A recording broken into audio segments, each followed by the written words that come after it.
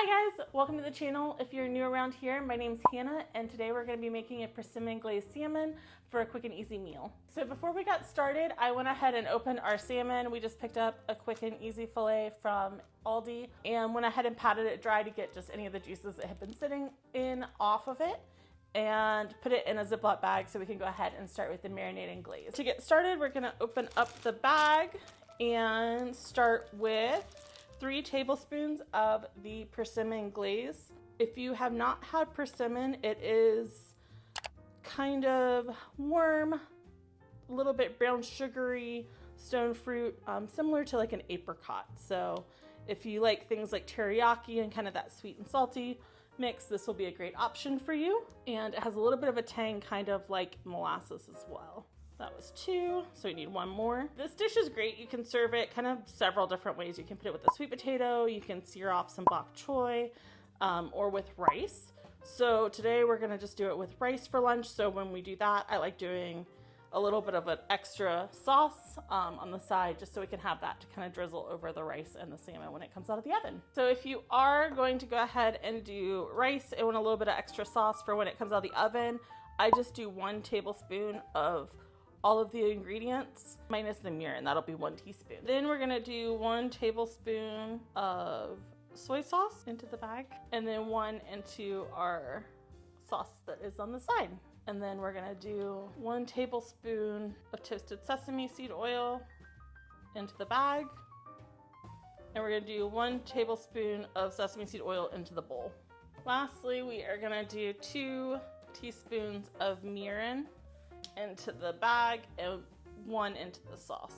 All right, so now that everything's in the bag, we're gonna go ahead and seal it up and give everything a good mix in that marinade. Make sure everything's nice and covered, and we'll leave it for just a few minutes. If you plan ahead, you can put it back in the fridge for another like 30 minutes to let it have some time to sit.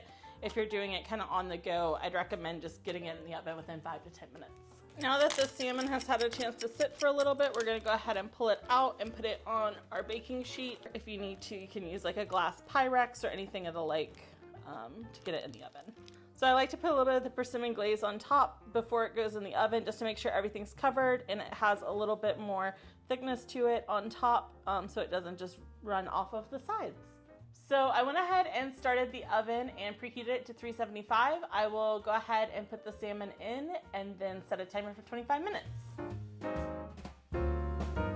So now that the salmon is in the oven, I rinsed a few green onions and we're just gonna go ahead and slice those to have as garnish when the salmon comes out.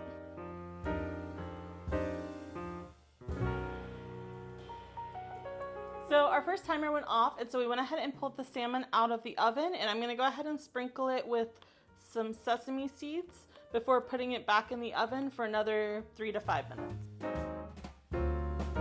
After the second timer goes off, we are going to pull out the salmon and go ahead and probe it to see what the internal temperature is. The FDA recommends cooking salmon to about 145 degrees. A lot of chefs and restaurants will fire it to 120 or 130. So kind of just keep in mind things like pregnancy, freshness of the fish, and what your family's comfortable with, kind of within those parameters of 135 to 145. So we went ahead and cut the fish in half, and we're just gonna go ahead and plate it with some rice.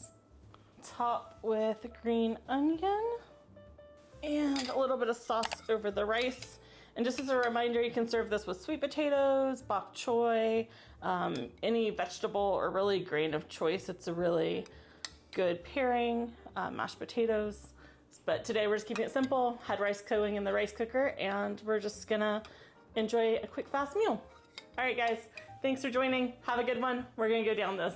Bye.